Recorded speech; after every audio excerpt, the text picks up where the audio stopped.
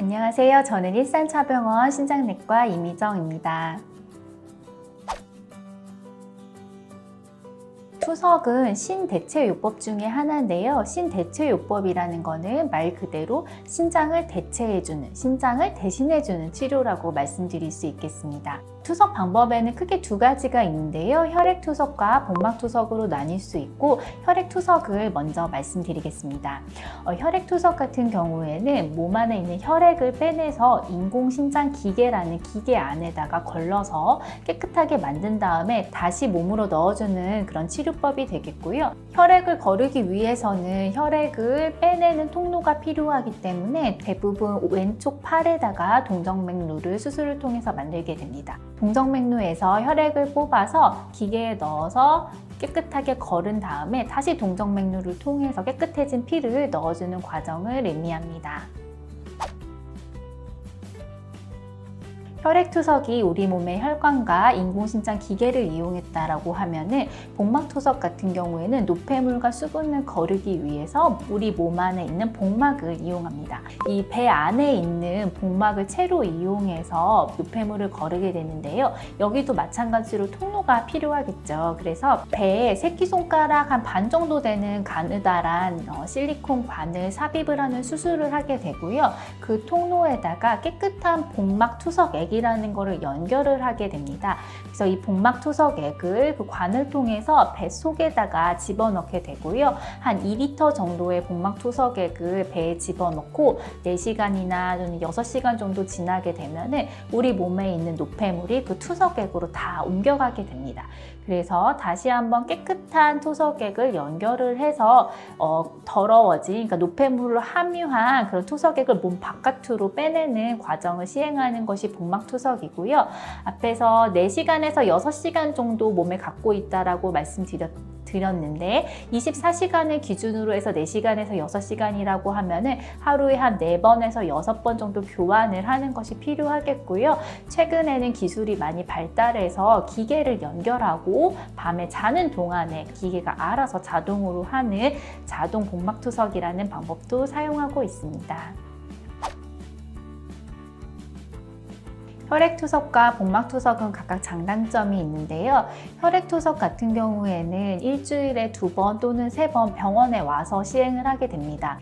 이게 장점이 될 수도 있고 단점이 될 수도 있는데요. 어쨌든 병원에만 오면은 의사 선생님이나 간호사 선생님들께서 알아서 전문적으로 다 치료를 해주시기 때문에 환자분들께서는 병원에 오기만 하면은 안전하게 할 수 있다는 점에서는 장점이 되겠고요. 일주일에 2번 내지 3번을 하루에 3-4시간 정도 투석실에서 보내야 되기 때문에 시간의 제약을 많이 받는다는 것은 단점으로 작용을 할 수가 있겠습니다.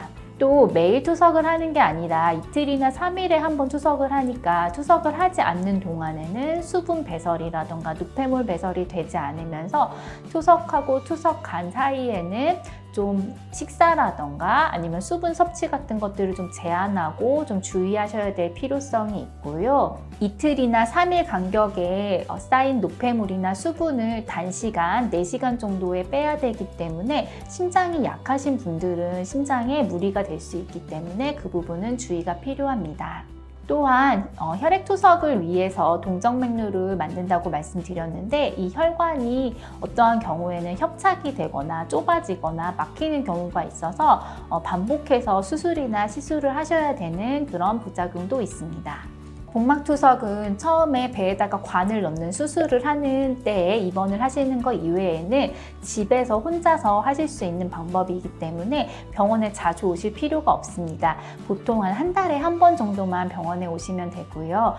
다만 환자분이 직접 집에서 스스로 하셔야 되기 때문에 복막관과 투석액을 연결하는 과정을 실제로 하시기 위한 교육이 필요하겠고, 사실 눈이 좋지 않으시면은 그걸 할 수 없기 때문에 시력이 좋으신 분들, 그리고 그 과정을 매일 4번에서 6번 또는 밤에 기계를 연결하는 정도의 그런 수행을 하실 수 있어야 되기 때문에 너무 어르신들은 사실은 좀 하기가 어렵고, 병원에 일주일에 3-4번 혈액투석 때문에 오는 거에 제약이 있는 그런 젊은 분들, 직장이 있는 분들께서는 복막투석을 하시는 것을 더 선호합니다.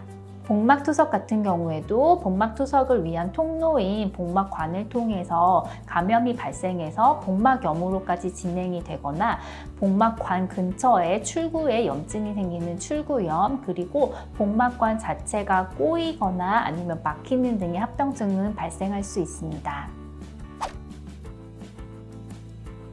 혈액투석과 복막투석 중 무엇이 더 좋은가요?에 대한 정답은 없습니다. 환자분들께서 혈액투석이 좋은지 복막투석이 좋은지 저는 잘 모르겠어요. 선생님이 결정해 주세요. 사실은 예전에는 그런 경우가 굉장히 많았습니다. 그리고 의사 선생님들께서도 본인이 좀 더 선호하는 방법으로 환자분들께 설명하는 경우도 많았는데요. 최근에는 이 복막투석, 혈액투석에 대해서 좀 더 많이 설명을 드리고 주치의 선생님과 충분히 상의를 하신 이후에 의학적인 상태도 분명히 중요하지만 환자분이 어떤 거를 더 선호하시는지, 환자분이 시간의 제약이 없는 것을 좋아하시는지, 예를 들어서 직장을 다니셔야 된다던가 하는 경우, 아니면은 내가 그렇게 하는 것이 너무 힘들고 나는 그냥 조금 편하게 의료진이 해주는 그런 치료를 받고 싶다라든지, 이런 선호도에 따라서 얼마든지 투석 방법을 좀 자유롭게 결정할 수 있으니까요. 투석 방법을 선택을 하실 때 무조건 모르겠다라고 하지 마시고 하나하나씩 잘 설명을 들어보시고 주치의 선생님과 함께 잘 선택하셨으면 좋겠습니다. 감사합니다.